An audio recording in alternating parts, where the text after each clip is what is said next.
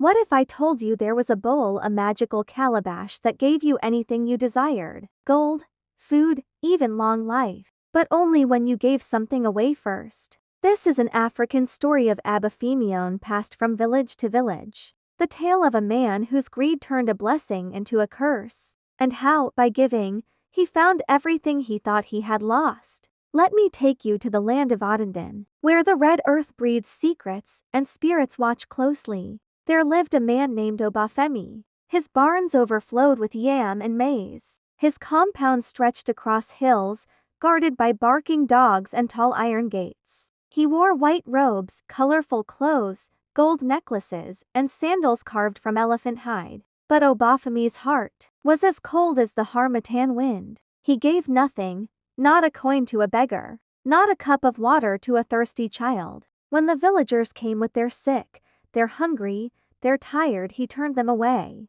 Am I your father? He'd bark. Did you plant in my field? Then starve in your own shadow. The villagers whispered behind his back, he who buries his gold will one day bury his soul. Then came the stranger. One dawn, just as the first rooster crowed, a white-bearded man approached Obafemi's gate. His robe was dusty, his eyes deep, his feet bare. Brother, he said, voice low, I have not eaten in days. May I have a yam? Obafemi laughed. You think my yam grew by itself? The stranger's eyes darkened. Even the tree that refuses to give shade is cut down for firewood. Obafemi waved him away. Be gone. But the next morning, a strange calabash sat at his doorstep, ancient, bound with cowrie shells. And it glowed, beside it, a note.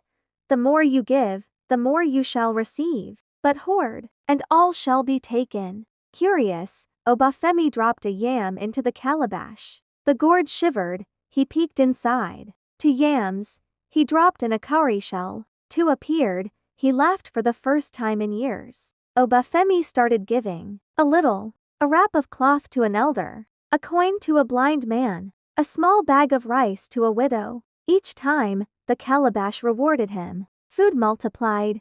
Wealth grew. He was hailed in the market. The villagers called him Obafemi the generous man. But deep down, greed brewed again. Soon, Obafemi stopped giving.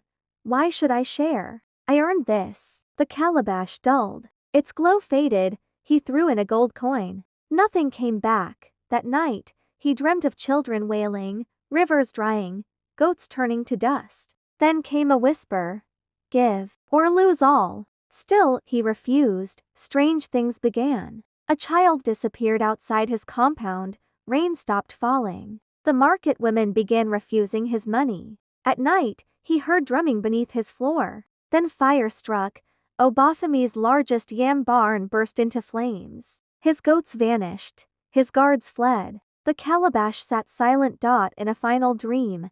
The stranger returned. You were blessed not to hoard, but to heal. Now, the gods will humble you. Obafemi awoke to ashes. His wealth was gone. His name, cursed, and his heart, broken. Barefoot, robe torn, Obafemi walked into the village square. He knelt before the very beggars he once spat on. Forgive me, I was blind. He gave his last yam to a crying child, his sandals to an old man, his ring to a widow. And then, the skies opened. Rain fell, rivers swelled, joy returned, the villagers rejoiced. They named him Baba Ife, Father of Love. Obafemi spent the rest of his days building schools, feeding the poor and teaching children about giving. He slept in a hut made of clay, ate what others ate, and found peace in giving. The calabash, now placed in the village shrine, glowed again, not from magic, but from legacy. He was no longer rich in gold,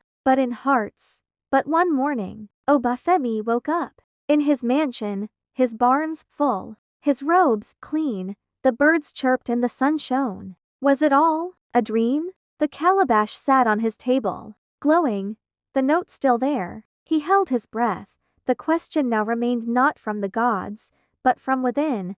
What will you do now? So I ask you, if you were given a bowl that multiplied whatever you gave away, would you share? Or would you fall, like Obafemi? Because in the end, the richest man is not the one with the most to hold, but the most to give.